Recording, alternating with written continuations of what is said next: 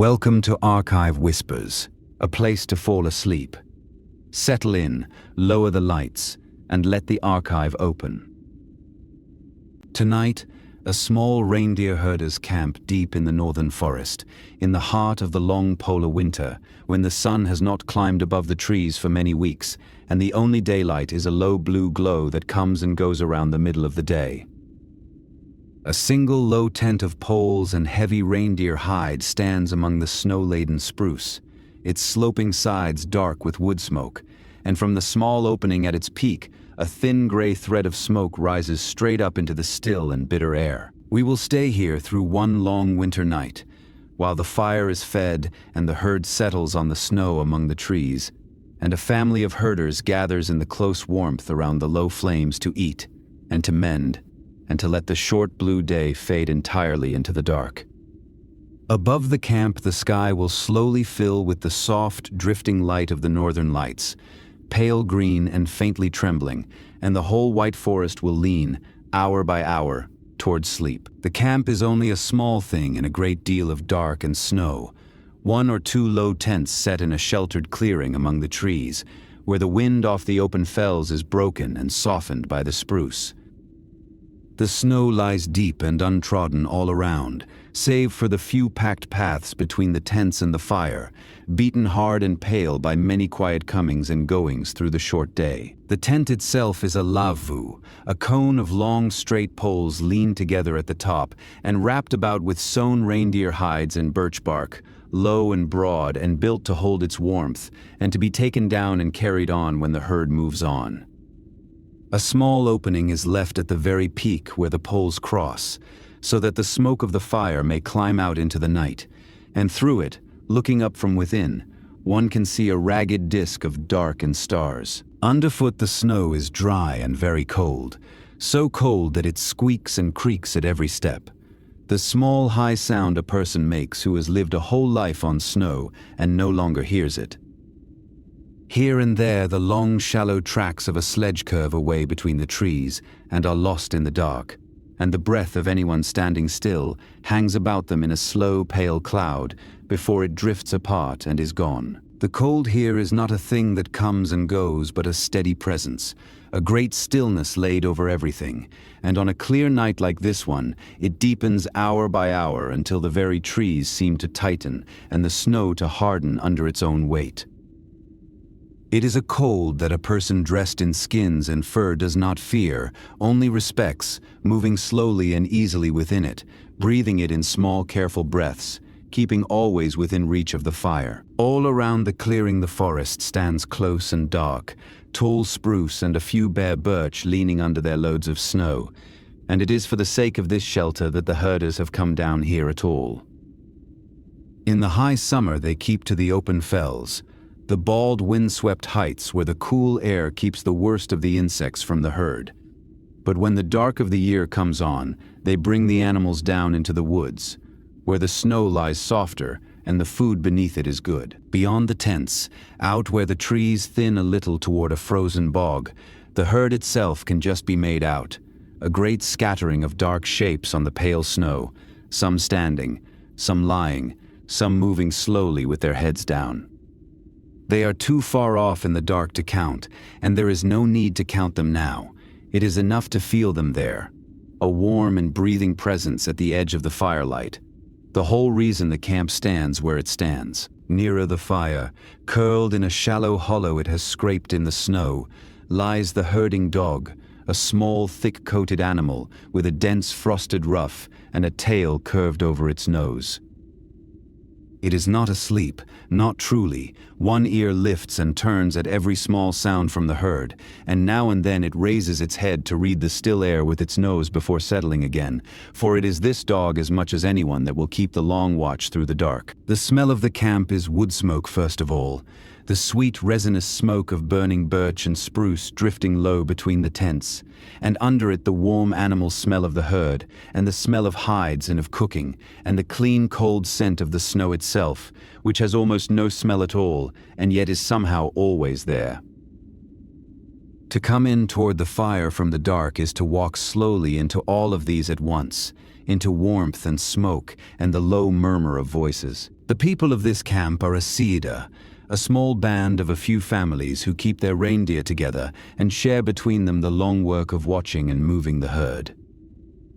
Each family owns its own animals, marked as its own, but through the dark months they graze as one great herd over a shared stretch of country, and the families set their tents close and divide the night between them, so that the work of one is the work of all. It is a life that follows the herd and the seasons rather than any settled place, and the camp itself is made to be folded up and carried on.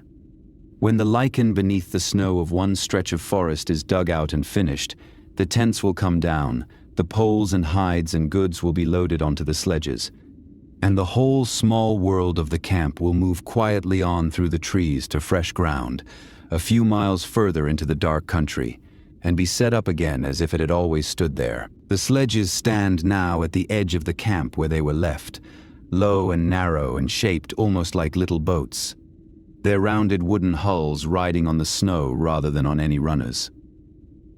The Sami call such a sledge a pulk, and the cargo kind, broad and deep, carries the tent and the food and all the goods of a family piled and lashed beneath a skin, while the lighter kind is just wide enough for a single person to sit down low inside it and be drawn along over the drifts. A few of the tamest animals, the strong castrated males trained to the harness, stand tethered near the sledges, the draft reindeer that draw the loads when the camp moves. They are quiet now, shifting their weight, their breath rising in slow clouds, the broad, shallow pans of their antlers pale against the dark trees. And one of them turns its long head slowly to watch a figure pass, and then turns it slowly back, untroubled, used to the comings and goings of the night. Out of the trees, gliding almost without sound on a pair of long wooden skis, a herder comes back in toward the fire, having walked the edge of the herd to see that all is well. The skis whisper over the snow, the figure dark and bent a little forward under a hooded coat of reindeer fur, a single long staff in one hand, and at the edge of the camp the skis are slipped off and stood upright in a drift, and the figure stoops in toward the warm low door. There was a little light earlier, around the middle of the day, a slow deep blue that rose in the south and lingered a few hours and then sank again, never becoming morning, never lifting into a true day, for the sun does not climb above the hills at all in this part of the year. Now even that blue is gone, and the dark has come down whole and complete, and the stars have opened across the sky in their hard, bright thousands. And now, very slowly, far up over the black tops of the trees, the first faint stir of the northern lights begins, a pale green softening of the dark along the north, so gentle at first that it might be only the eye inventing it. It gathers and thins and gathers again, a long low band of cold green light that seems to breathe, hanging there above the sleeping forest without a sound, and below it the snow takes on the faintest answering glow. But the lights will keep, and the long night is only beginning, and for now the cold draws everyone slowly in toward the one warm point in all that dark, the low red mouth of the tent door with its firelight beyond. One by one, the small sounds of the outside world are left behind, the squeak of snow, the far click and grunt of the herd, the sigh of the night wind in the spruce, and the heavy hide flap is lifted, and the warmth comes up to meet them. Inside, the air is at once warm and close and full of soft light, and it takes a moment for the body to understand that it is no longer cold. The whole tent is one round low room, perhaps a few steps across, ringed about with the leaning poles and the dark inner side of the hides, and at its very center, beneath the small open hole in the roof, the fire burns low and steady on a bare patch of ground inside a rough ring of blackened stones. This fire is the heart of the dwelling, the aron the Sami call it, the open hearth that gives at once the warmth and the cooking and the only light of the long night. It is never allowed to go fully out. Through all the dark hours, someone keeps it fed with split birch and dry spruce, and the low flames rise and sink and rise again, throwing their changing amber light up the poles and across the hides and over everything within. Straight above the fire, the smoke climbs in a slow gray column toward the small opening at the peak, where the poles cross and a ragged patch of the night shows through, sometimes a few stars, sometimes the faint green wash of the lights. The smoke gathers in a thin blue haze just under the highest poles and slips out into the cold, and the warm air rises with it, so that the dwelling stays close and even and warm around the low ring of the flames. The floor on either side of the fire is not bare ground, but a deep, soft layering of fresh birch twigs, cut and spread thick across the frozen earth and covered over with reindeer skins, hide upon hide, so that to sit or kneel or lie down is to sink a little into a warm and giving softness. Under the weight and warmth of a body, the crushed birch gives up a faint green resinous smell, and the long hollow hairs of the reindeer fur hold the heat close. There is an order to the small round space, an old and quiet order that everyone keeps without thinking. The low door and the ground just within it are the place of coming and going, of guests and of the dog. The two long sides, to right and to left of the line from door to fire, are where the family sits and sleeps, and the far side, directly opposite the door beyond the fire, is the still and honored back of the dwelling, where the food and the gear are kept and where the oldest of the family have their place. The warmth is not even everywhere, and the body learns its gradients without being told. Up near the roof, the air is hot and thick with smoke. Down on the skins close to the fire, it is comfortable and mild, warm enough that a coat may be loosened, but along the very edges, where the hides meet the snow and the ground, a thread of cold air slides in and lies against the back of the neck, and that is why the people keep their heads turned in toward the warm center and their feet, if anything, toward the cold. All the light there is comes from the fire, and so the whole inside of the tent moves gently with it.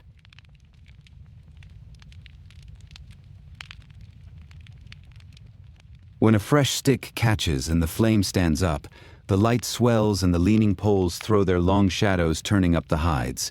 When the flame sinks back to a low working glow, the far side of the dwelling slips into a soft red dark, and the faces gathered round are lit only from below, warm and shifting, never quite still.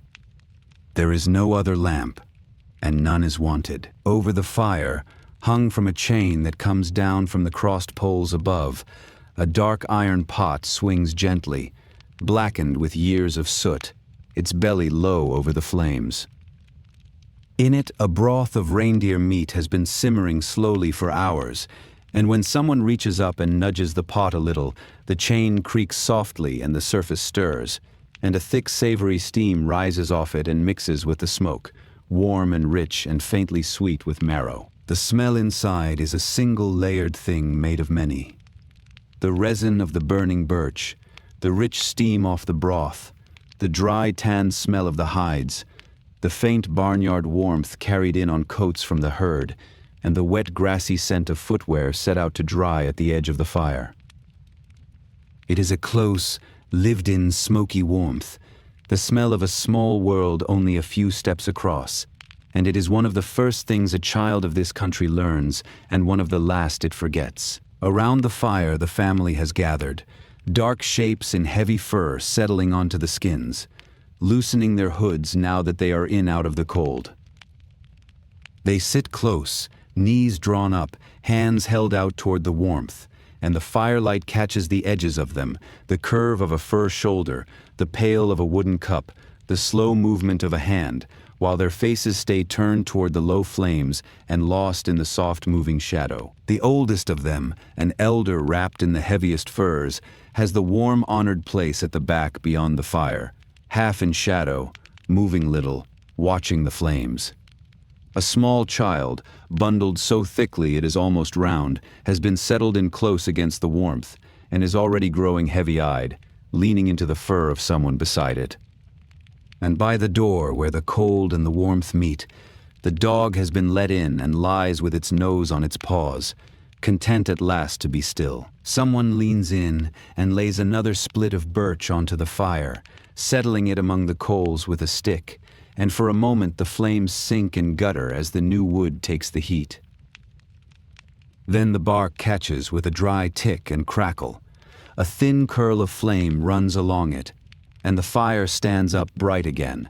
A knot of resin spits and sparks, the sparks rising and dying in the smoke, and the warmth presses out a little stronger into the ring of waiting faces. From the pot the broth is ladled out into cups of carved wood, each one shaped from a knot of birch burl and worn smooth and dark with long use. Such a cup is a personal thing, carried and kept for a lifetime, and it sits light and warm in the cold hands that cradle it.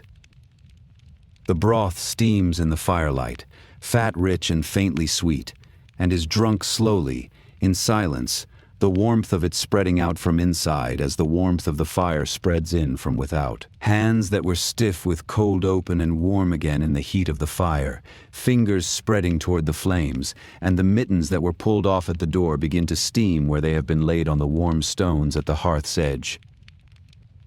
Little by little the chill of the outside is drawn out of skin and fur and bone, and the body settles, and the breath slows, and the long night outside becomes a distant thing, a sound and a darkness held off beyond the thin, warm wall of hide. Outside, very faint through the hide, the sounds of the night go on, the long, low sigh of the wind moving in the spruce tops, the squeak of the snow, and now and then, carrying clear across the cold, the dry clicking and soft grunting of the herd.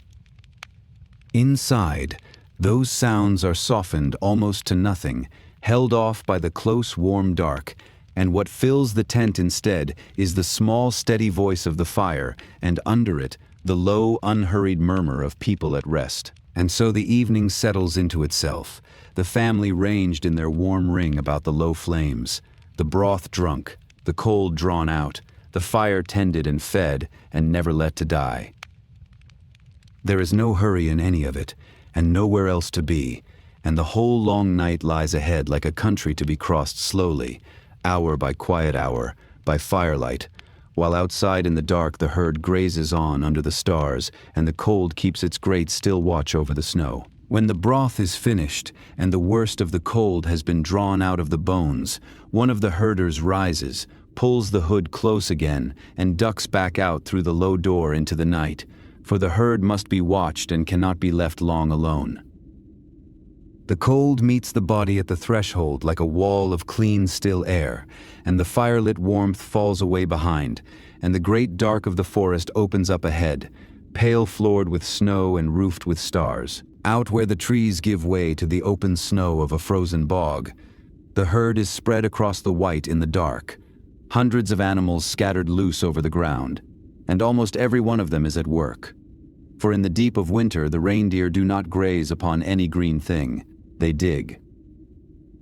With a few quick strokes of a foreleg each animal sweeps the loose snow aside, then digs deeper, and deeper still, hollowing out a bowl-shaped pit in the snow to reach the food that lies buried at the bottom. What they are digging for is the ground lichen, the reindeer moss, a pale gray-green growth a few inches tall that carpets the floor of these northern woods, and is the herd's whole food through the dark months. The animals find it by scent, drawing the cold air through the snowpack before ever they dig, and when a pit is opened a faint mossy smell rises from it, earthy and a little sweet. Dry. The lichen crunches like old paper. Under the warmth of breath it softens, and the reindeer crop it from the bottom of the snow. There is a sound that comes off the herd in the dark, and once it is known it is never afterward unheard. It is a dry, loose, woody clicking, made by a tendon slipping over a bone in the foot of each animal at every step it takes, in all of them, all the time. From a single reindeer it is a small thing. From a herd of many hundreds it becomes a low, irregular tide of clicks, rising and falling as the animals shift and move, carrying far across the still cold air, and by it the herd keeps together in the dark even when no animal can see another. Along with the clicking the herd has its quieter voice, a soft, low grunting passed between the cows and their calves to keep contact in the dark, and now and then the hollow knock of one set of antlers against another, and the crunch of hooves breaking the crust, and the steady push of many breaths. None of it is loud. Together it makes a low, layered, almost continuous murmur over the snow, a sound a person can stand inside of without ever being able to say quite where it begins. On so still and cold a night, every animal steams. Hundreds of warm breaths and hundreds of warm bodies raise a faint pale mist that hangs low over the bedded and grazing herd. And into this mist, the soft green light of the north comes down and is caught and held, so that the whole herd seems to lie under a low glowing cloud of its own making. Frost whitens the long guard hairs along their backs, and whitens too the collar and the eyelashes of the watcher who stands at the herd's edge. The herd carries its own warm smell out across the cold, a strong musky scent of hide and breath and dung, and the green of the lichen on hundreds of mouths. And it hangs in the still air so that the watcher, and the dog beside the watcher, can tell roughly where the animals are even in full dark, reading them by the nose as readily as by the eye. It is a smell that means warmth and life and food, and the whole worth of the long winter. And to those who live by it, it is not unpleasant at all, but deeply familiar, almost a comfort. The herd is not a single mind, but it moves almost as one, and a few experienced animals lead it. Often the older cows, who keep their antlers through the winter when the great males have shed theirs. These lead cows choose the ground, and the rest drift after them. And at the best pits there is now and then a small quiet contest, an antlered cow lowering her head and swinging it at a lesser animal to drive it off a crater she has decided is hers, the other giving way without much argument and turning aside to dig its own. Everything in the winter turns on the snow, and the watcher reads it constantly. Soft, dry, loose snow is good, for the animals can dig it easily and reach the lichen below. But a hard wind crust is harder work, and worst of all is a layer of ice, formed when a thaw is followed by a freeze, which seals the food away under a locked lid the animals cannot break. So the herders steer the herd always toward the sheltered woods and the low boggy ground where the snow stays soft and the lichen lies thick, and the watcher tests the surface now and then with a boot or the end of the staff. And this is the heart of the night's work, the long patient watch over the herd in the dark. The watcher and the dog stay out among the animals through the cold hours, not doing very much, mostly only standing and listening and keeping the herd from scattering too far, moving slowly around its edges, turning back any animal that strays. It is quiet work, and slow, and undramatic, a matter of presence more than of action, of being there in the dark with the herd so that it stays gathered and calm and safe. The reason for the watch, the old reason, is the wolf, which is the great danger of the winter herd, for a pack can come in out of the dark and scatter and kill many animals in a single night. So the watcher listens, and the dog listens into the silent forest, and the herd is kept bunched and calm, and the long cold hours pass in waiting that is alert but not afraid. Most nights nothing comes. The danger is mostly a listening, a readiness, a reason to stand out in the cold with the animals rather than sleep warm within. The dog is worth a great deal on a night like this. It is a small, thick-furred animal, quick and tireless, that works the herd not by biting but by voice, with a sharp carrying bark that turns and gathers the reindeer, and that will give warning at once if a strange scent comes drifting in on the wind. Now it trots a slow circle at the herd's edge, paws squeaking on the snow, ears pricked toward the trees, and now it stops and stands, head up, reading the dark, before it lets itself settle again. Among so many animals grazing as one herd, each belongs to someone, and the proof of it is read in the ears. Every reindeer was marked as a calf with a knife, a small careful pattern of cuts and notches in the edges of its ears, a sign that names its owner as surely as any written name. Each person in the camp, even the children, has a mark of their own, and a herder who has lived all their life among the animals can read every family's marks at a glance, turning an ear to the faint light and knowing in a moment whose beast they hold. When a particular animal must be taken out of the herd, it is done quietly, with the lasso the Sami call a swopan, a long coil of plaited leather or sinew running through a small slip-eye of bone or horn. The herder reads the moving herd, picks out the one wanted, and casts the loop in a soft hiss of uncoiling rope so that it drops over the branching antlers or the neck. Then heels are dug into the snow and the line creaks taut as the caught animal braces and pulls, and slowly, without haste or roughness, it is brought in. A few of the animals are not grazing at all, but standing harnessed and patient at the camp's edge, the trained draft reindeer that draw the sledges when the herd moves. Each wears a broad, soft collar of hide and woven band about the neck, and from it a single trace runs back between the forelegs and under the belly to the sledge behind, the rein leading from the head, never tied to the antlers.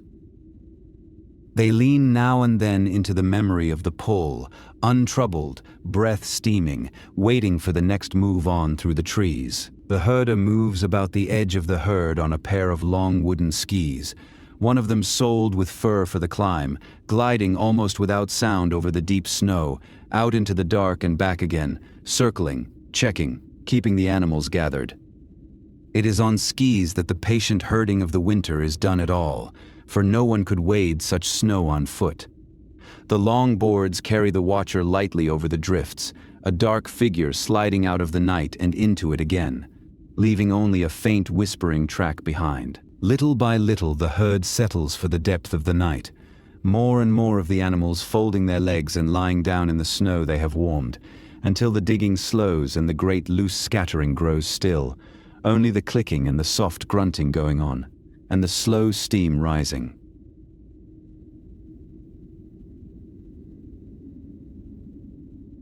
The watch will go on, but quietly now, and after a time the herder turns back toward the small red glow of the camp among the trees, leaving the herd bedded and calm under the opening lights of the sky. This is the deep of the winter, the season the Sami count as the longest of all, the weeks when the sun does not rise above the hills at all, and the world turns under a darkness broken only by the moon and the stars and the snow's own pale glow and the lights of the north. The people call this sunless time by its own name, and they live within it without distress, for it comes every year as surely as the summer, and they have always known how to keep warm and fed and at ease inside the long dark. It is not a pure blackness, this polar night, but a long shifting twilight.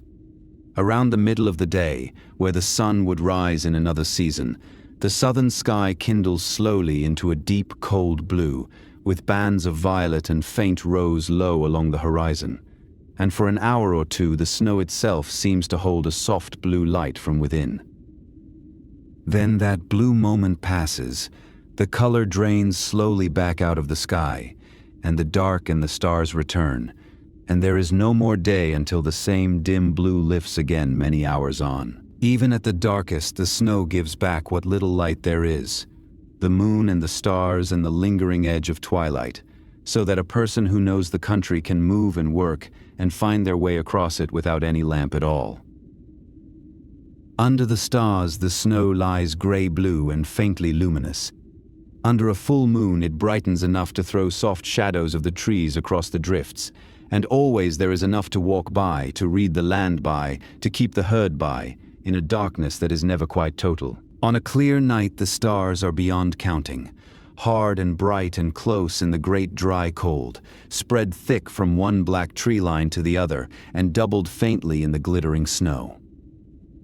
There is no haze and no warmth to soften them, and they seem to hang very near, a whole frozen sky of them, turning slowly through the long hours, and a person standing still beneath them feels the size of the night and the smallness of the warm camp behind, and is not troubled by it, only quieted. And then the lights come, as they have been gathering all evening, spreading now in earnest across the northern sky, the great soft curtains of the aurora.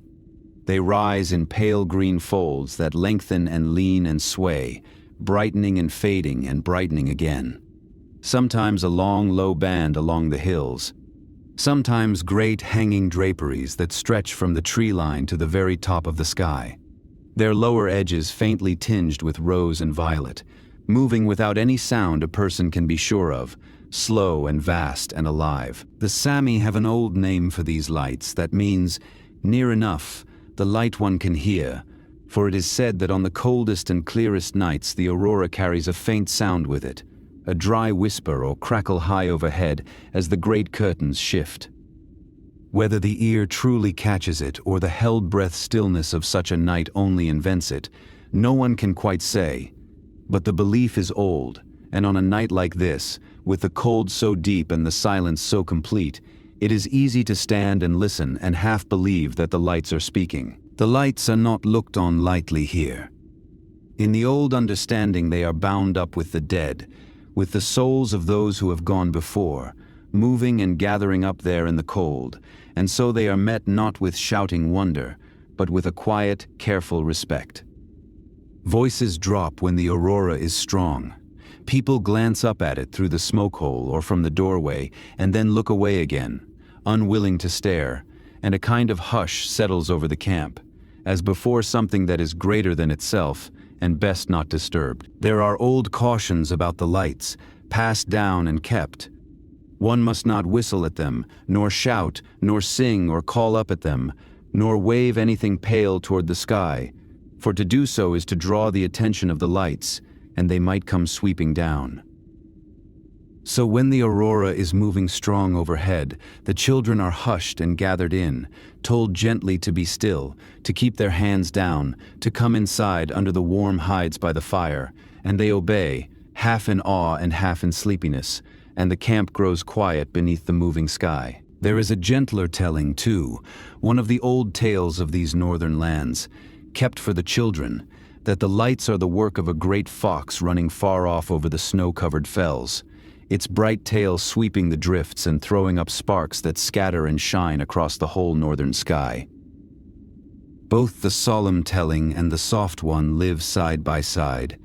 The one met with lowered eyes and the other whispered as a child grows heavy with sleep, and the lights themselves go on overhead the same regardless, sweeping and folding above the dark trees. Inside the tent, drawn in from the cold and the moving lights, the family settles again about the low fire, and the talk turns slow and soft, the unhurried talk of people with a whole long night before them and nowhere they must be. An older voice begins a story, one of the old ones, told many times before and asked for again, and the words come slowly, with long pauses, into the firelit warmth, while outside the lights go on across the sky and the herd clicks faintly in the dark. The stories are not grand or loud. They are the small old tellings of this country and this life, of a clever herder and a foolish one, of animals that speak, of the things that may be met out on the night fells and how to behave toward them, of the people who came before. They are told to pass the time and to settle the children and to carry forward, year on year, the long memory of the people, and they ask nothing of the listener but to lie warm and half listening in the firelight and let the slow words come. And sometimes, between the stories, a voice begins to joik. The joik is the old song of these people, and it is not a song about a thing so much as a song of it. One does not sing about a person or a place or an animal, but joiks them, calls their very presence into the room with a low circling melody that has no clear beginning and no clear end. It rises and turns and returns upon itself, wordless or nearly so, filling the warm dark with the felt nearness of whatever it summons, and then it softens and fades back into the crackle of the fire. There is a joik for a beloved reindeer, swift and light. A joik for a particular fell that the family crosses each year. A joik for a person far off or long gone, that brings them for a moment into the firelight, as surely as if they had stooped in through the door. The children know some of them and hum along at the edges, half asleep, and the melody winds on, gentle and unhurried, and the warm dark of the tent holds it, and outside the slow lights answer it across the sky. With no sun to mark the morning and no clock in the camp, time here is a looser, softer thing than it is in the lands to the south. The day is not counted out in hours, but lived by its turnings, by the feeding and the watching of the herd, by hunger and tiredness, by the moon and the stars and the brief blue light of midday. Night and day have softened almost into one long dark, and sleep comes when the body asks for it, rather than when any hand on any dial says that it must. The fire itself is treated with a quiet, almost unspoken regard, for it is the center and the keeper of the dwelling, the giver of warmth and food and light through the whole long dark, and in the old understanding the household's own guardian spirit was held to dwell there beneath the hearth. Nothing is made of this aloud. It is only there, in the care with which the fire is fed and never let to fail, in the way the warm center of the tent is the still heart around which everything else is arranged. The story comes to its slow end, and the joy fades, and the talk thins out into longer and longer silences, comfortable and unhurried, broken only by the settling of a log and the small sounds of the night outside. One of the children is fully asleep now, breathing slow against the warm fur. Another lies with open, heavy eyes watching the firelight move on the poles. No one moves to do anything in particular. The long night holds them all in its warm center, and there is nothing that needs doing but to be there, and to be warm, and to let the hours go by. And now and then someone lifts the edge of the door, or looks up through the smoke hole to see whether the lights are still moving, and they are, the great pale green folds still sweeping slow across the stars above the black trees, soundless and vast and old, indifferent to the small warm camp asleep beneath them. Then the hide is let fall again, and the warmth closes back over, and the fire is fed once more, and the long night goes quietly on toward its deepest hour. Through all the long sitting by the fire, the hands are seldom quite still, for the winter night is also the season of the slow indoor work, the mending and making that keeps a herding family clothed and shod and equipped. There is no haste in any of it.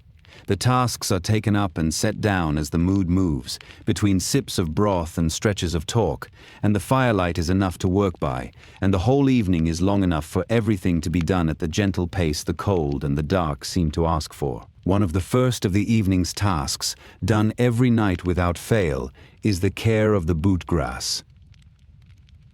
All day the soft fur boots are packed, not with any knitted stocking but with a dry sedge grass, gathered in the late summer and beaten soft, built up into a warm nest around the whole foot, and through the day's walking this grass grows damp with the warmth and sweat of the foot. So each night it is drawn out and spread to dry near the fire, and fresh or refluffed grass is readied for the morning. For dry grass is warm and damp grass is cold, and on this small thing the comfort of the next day depends. The damp grass is teased apart and combed out with the fingers and laid in a loose pale heap where the warmth of the fire will reach it, and a thin grassy steam rises off it and adds its own faint hay smell to the smoke and the broth. By morning it will be dry and light again, ready to be worked back into the boots, fluffed up into its warm nest about the foot, and this small careful round, grass out at night and grass back in at dawn, has kept feet warm in this country through more winters than anyone can count. The boots themselves are set out to dry beside the grass, soft beak-toed boots sewn from the leg skin of reindeer with the fur turned outward, the soles cut so the hairs run against each other for grip on the snow. Because the leather is soft and never tanned hard, it does not freeze into a board overnight but stays supple, ready to be worked back onto the foot in the morning, and they sit now mouth open toward the warmth, steaming faintly, the day's cold thawing slowly out of them. Nearby, by the same firelight, the mending of the fur clothing goes on, the slow patient sewing of skin to skin. The thread is not of linen or cotton but of reindeer sinew, drawn from the back and legs of the animal, twisted fine and softened between the teeth and fingers, and it has the useful trick of swelling a little when it is damp, so that it seals its own stitch holes tight against the wind and the snow. A bone or steel needle goes in and out of the hide with a small steady pull, and a worn seam is closed, and a torn edge made whole. The clothing they wear and mend is almost all of the reindeer, layer upon layer of it.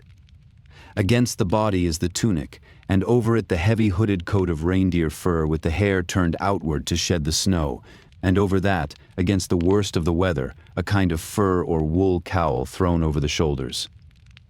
It is warm out of all proportion to its weight, the hollow hairs of the reindeer holding the heat close, and it is made and remade by these same firelit hands, so that a person is dressed, quite literally, in the herd they keep. On the other side of the fire the carving goes on, the working of wood and antler and bone that the Sami call duaji, the handicraft by which nearly everything the camp uses is made by its own people. A knife pares slowly at a piece of antler, curls of it falling away. A wooden cup is hollowed and smoothed from a knot of birch. A buckle for a harness, a handle for a knife, a spoon, a small box, take shape little by little in the firelight, each turned and tried and turned again, made to last a long working life. Here and there the work is touched with quiet ornament, for these are a people who make their few possessions beautiful as well as useful. A band woven in red and yellow and blue edges a collar. Fine threads of pewter are couched in careful patterns onto a strip of dark hide. A polished spoon of antler is incised with small even lines. The work is slow and exact, and done by feel as much as by sight in the moving firelight. And a thing once made well is kept and used and mended for many years before it is ever set aside. There is food again as the night deepens, for in the cold the body burns through its warmth and is fed often and simply. Much of what is eaten is the reindeer kept from earlier, dried through the autumn on racks in the cold, clean air until it is dark and dense, and keeps a long time. A piece is cut and eaten as it is, chewed slowly, rich and deeply flavored, or warmed at the fire, or torn into the broth, and it tastes of the whole year's herding, of smoke and cold air, and the open fells. Some of the meat has been smoked as well as dried, hung in the cool birch smoke of a low fire until it has taken a sweet dark savor all through, and it is sliced very thin and eaten in small rich pieces. With it there might be a few dried berries kept from the autumn, lingonberry and cloudberry gathered on the late summer fells and stored against the dark, their sharp bright tartness a small wakening against the deep richness of the meat. Nothing is wasted, and everything has its season, and the larder of the winter is the careful gathering of the whole year before. From an animal taken earlier, almost nothing was let go to waste, in the old careful way of a people who live close to the edge of what the land will give. The blood was saved and cooked into dark rich pancakes and into sausage. The long leg bones were cracked, and the soft marrow within boiled out and eaten warm, or stirred into the broth to thicken and enrich it. The tongue and the better cuts were kept for honored guests or for a hard day. To eat here is to be reminded, quietly and constantly, of the animal at the center of it all. And always there is the pot, the slow dark stew of reindeer simmering on its chain over the fire, bone and meat cooked long and gently until the marrow and the juices have built a broth so rich it coats the wooden spoon. It is the everyday food of the winter camp, asking only meat and water and time, and the long quiet simmer of it scents the whole tent through the evening, and a bowl of it, drunk slow by the fire, is warmth taken inward to meet the warmth of the flames. There is bread of a kind, too, a soft flat round baked on a hot stone laid in the coals, made of trade flour brought up from the south and worked into a simple dough. It is baked to stay soft even in the great cold, so that it can travel with the moving camp.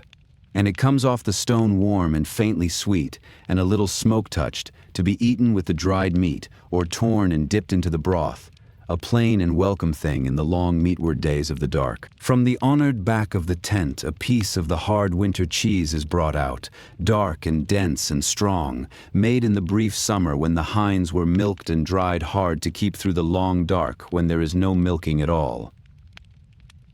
It is shaved into thin curls with a knife and eaten in small savory pieces with the bread and the dried meat. A taste of the green summer fells carried all the way down into the heart of the winter, rationed out a little at a time against the months still to come. And later in the evening, brought up the long way from the southern trade, there is coffee, set to heat in a small dark kettle at the edge of the fire. The crushed beans are soaked, and the kettle brought slowly to the boil, and then set aside to settle, and the dark roasted smell of it cuts for a while through the wood smoke, strange and welcome in this far place. It is poured out into the carved wooden cups and drunk slow and hot and bitter. A small new pleasure folded gently into the very old round of the winter night. The children and the oldest of the family keep always closest to the warmth, in the best places near the fire, while the work goes on quietly around them. A small one drowses against a warm fur shoulder. An elder sits half in shadow at the honored back, hands folded, watching the flames, now and then adding a low word to the talk, or beginning a thread of a joke that winds on a while and fades. There is no edge of hurry anywhere in it, only the slow turning of an evening that has been turned the same way 10,000 nights before. Little by little the work of the evening winds down. The mending is folded away, the carving set aside half done to be taken up another night, the boot grass spread and the boots stood drying, the cups rinsed and put by.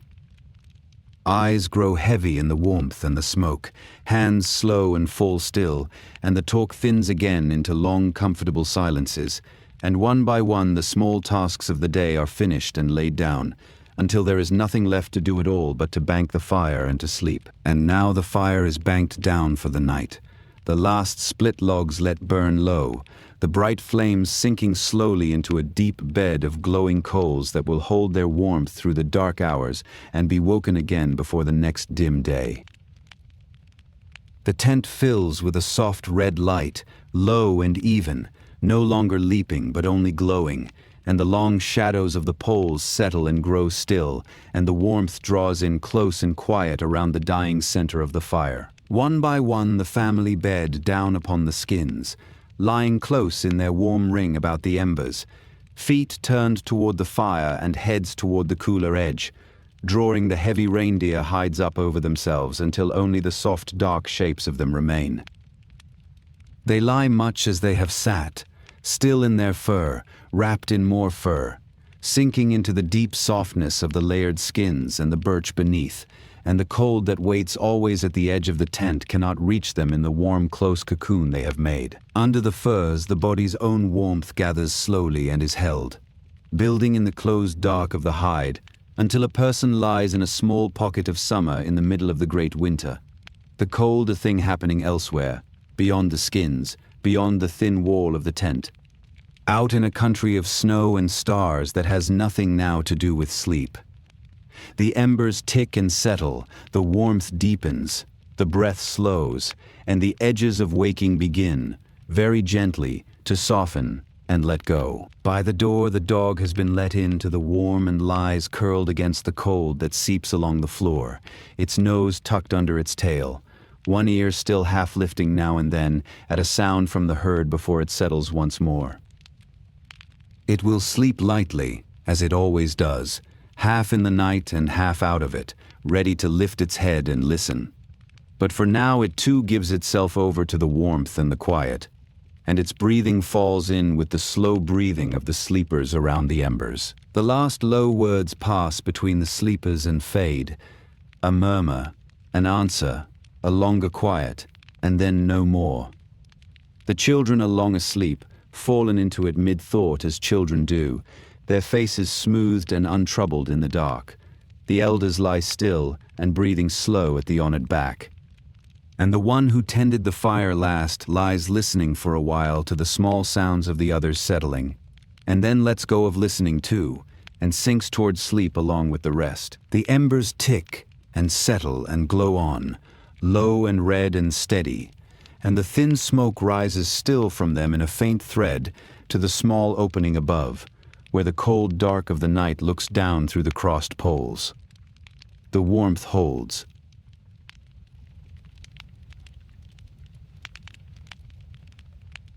The breathing in the tent grows slow and deep and even, the breathing of a whole household given over to sleep, and the small red heart of the fire keeps its quiet watch over them, as it has done through every night of every winter for longer than anyone can say. Outside, beyond the thin warm wall of the tent, the night goes on as it has all evening, vast and cold and quietly alive. The herd lies bedded on the snow among the trees, dark and steaming, and through the still air comes the soft, endless clicking of their feet and the low murmur of their breathing, rising and falling, a slow tide of sound that never quite stops, carrying gently across the dark to the sleeping camp and folding itself into the edges of its dreams. The night wind moves low through the spruce, a long, soft sighing in the heavy snow-laden branches, rising for a while and then falling away again to nothing, and the snow it stirs sifts down in fine, pale veils that settle without a sound. Between the gusts, the silence is enormous and complete, a silence with the whole frozen forest in it, and into that silence the wind returns and sighs and falls still again, slow and even, the long breathing of the winter night itself. High above, the lights of the north are fading now, the great green curtains thinning and growing pale, drawing slowly back toward the horizon, their long folds loosening and dimming until they are only a faint soft glow along the northern hills, and then less than that. The stars come clear and hard again in the places the lights have left, and the sky settles back into its deep, still darkness, and over the sleeping camp and the bedded herd the long night turns quietly on toward its middle and its end. The cold holds the whole forest still, deep and patient and without end, pressing down over the snow and the trees and the bedded herd and the small dark tents with their red-banked hearts, and nothing moves against it but the slow breath of the sleepers and the slow breath of the wind. The stars turn. The snow lies pale and luminous under them. The night is at its deepest now, and at its most quiet, and there is nowhere in all of it that is not asleep, or going towards sleep, or keeping its long still watch in the dark. Inside the tent the embers glow on, lower now, a soft dull red beneath their gray ash, and the warmth holds, and the sleepers lie still beneath their furs, and the long slow breathing goes on. And the herd out on the snow breathes too, and clicks and stirs, and is still, and the wind comes through the spruce, and sighs, and falls away. And the snow sifts down, and the stars turn, and the great cold keeps everything, the camp and the herd and the forest and the night, gathered close and quiet in its deep, unhurried keeping. There is nothing here that asks to be remembered, and nothing that must be followed or kept, only the slow turning of a winter night in a far country, the fire and the fur and the herd and the lights, the cold outside and the warmth within, going on as they have gone on through countless nights before, and will go on through countless more.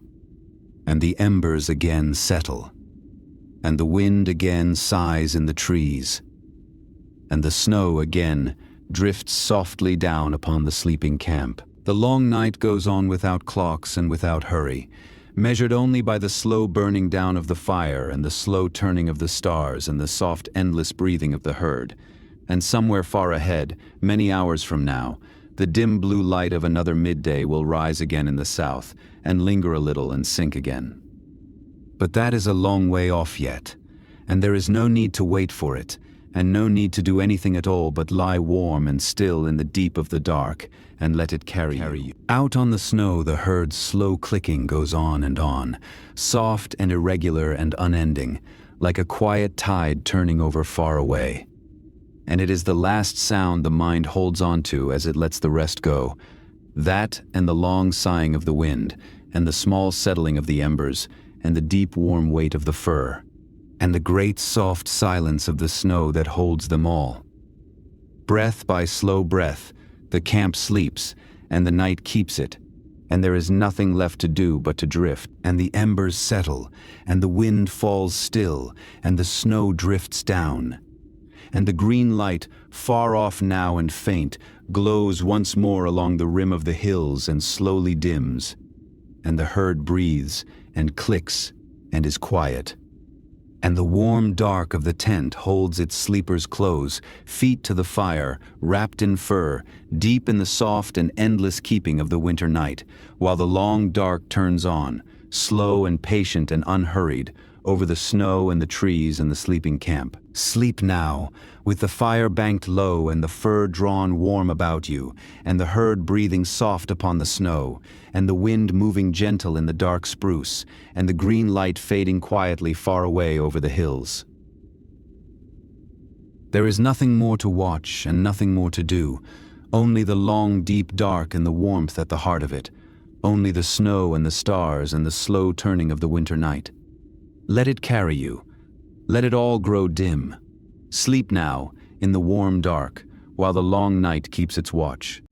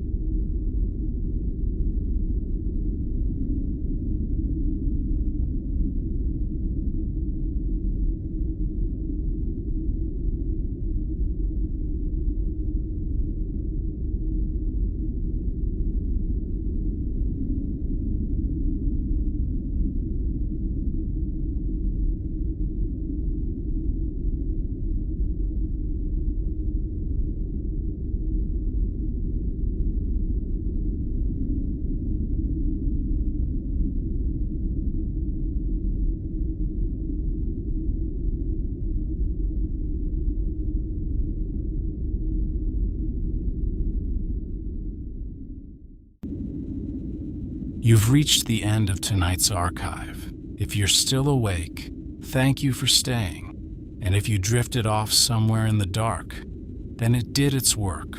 Rest now. The next chapter will be here when you are. Sleep well. This has been Archive Whispers.